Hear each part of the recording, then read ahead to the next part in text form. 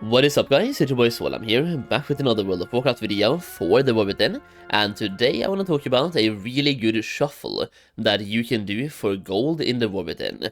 Now, this is not a magic shuffle, it's been around for quite a while now, but I want to talk about it as well, shine some light on it, because the thing about the shuffle is it goes down and up in profit all the time, and you can make upwards of 100,000 gold per hour.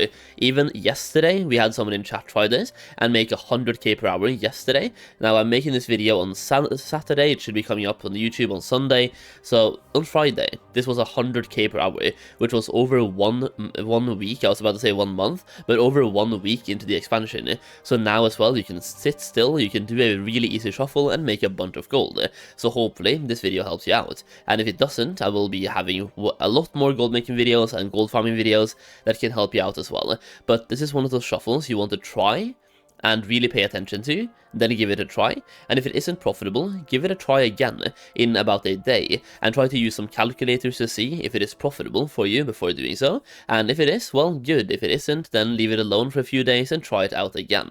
Now, I will say we are getting very close to 50,000 subs here on YouTube. I have recently switched from classic WoW content to the War Within content, and I'm just gonna say that the support has been absolutely insane on my YouTube channel since that switch, so first of all, thank you so much, and I would just like to ask, if you haven't subscribed yet, and you are actually enjoying the videos, please consider doing so. We are once again so close to 50k, and getting to 50k has been a lifetime goal of mine, so it would mean a lot to me to get there with the launch of the War Within that is happening right now. So yeah, subscribe if you haven't. Either way, let's talk about the shuffle. So this is a shuffle based on making green items and disenchanting them.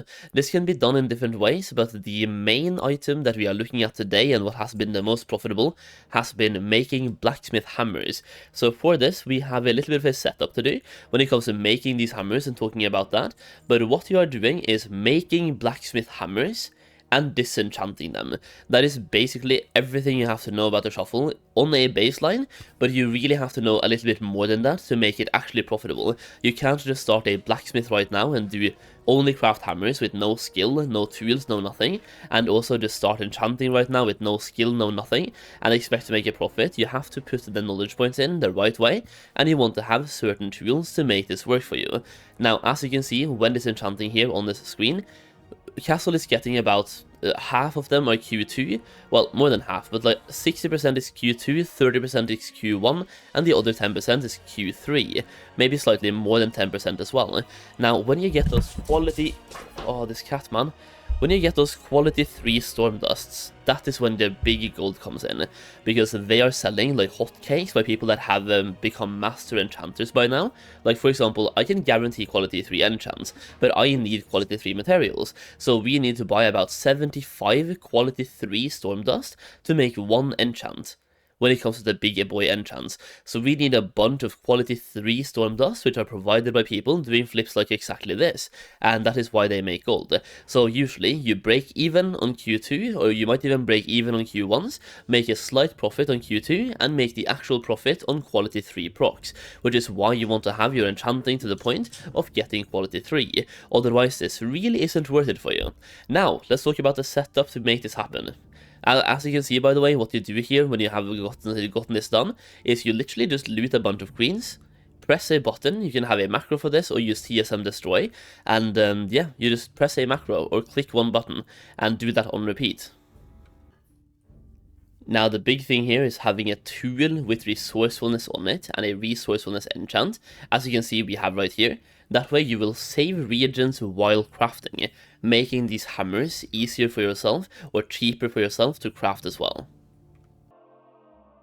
Now, the enchanting part of this shuffle is arguably the most expensive to set up, because the tools are expensive and you also need to have skill points.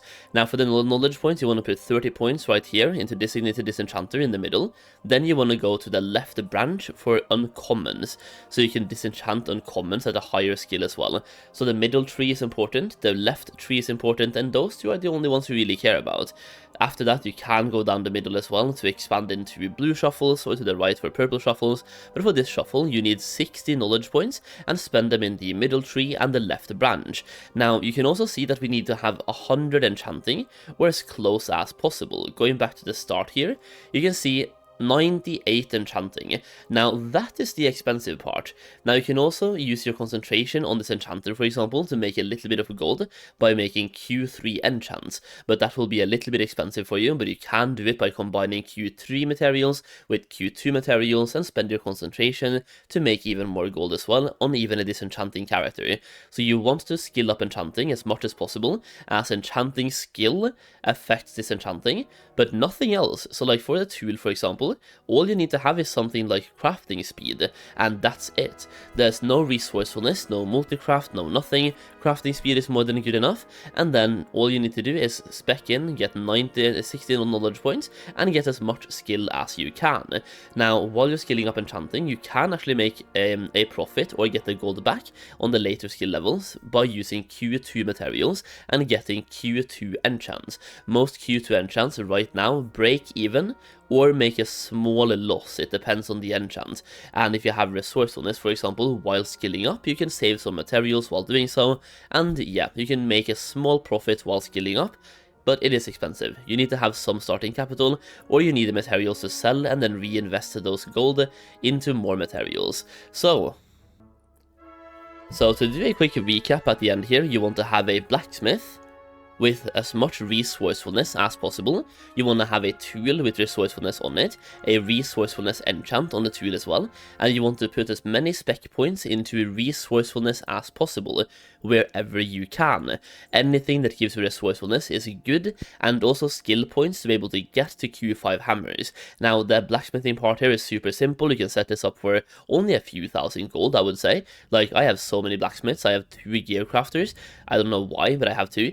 I'm using concentration on them, and I also have 14 alloy crafters, so blacksmithing is fairly cheap and easy to set up, and my gear crafters in blacksmithing are also making profit by spending their concentration on making alloys. So your gear crafter here to make these hammers can also spend concentration to make alloys to give you like 10,000 gold every 3 days, because they have to spend a lot of concentration on those alloys because you're not spec'd into alloys, but you can make some extra gold from there as well.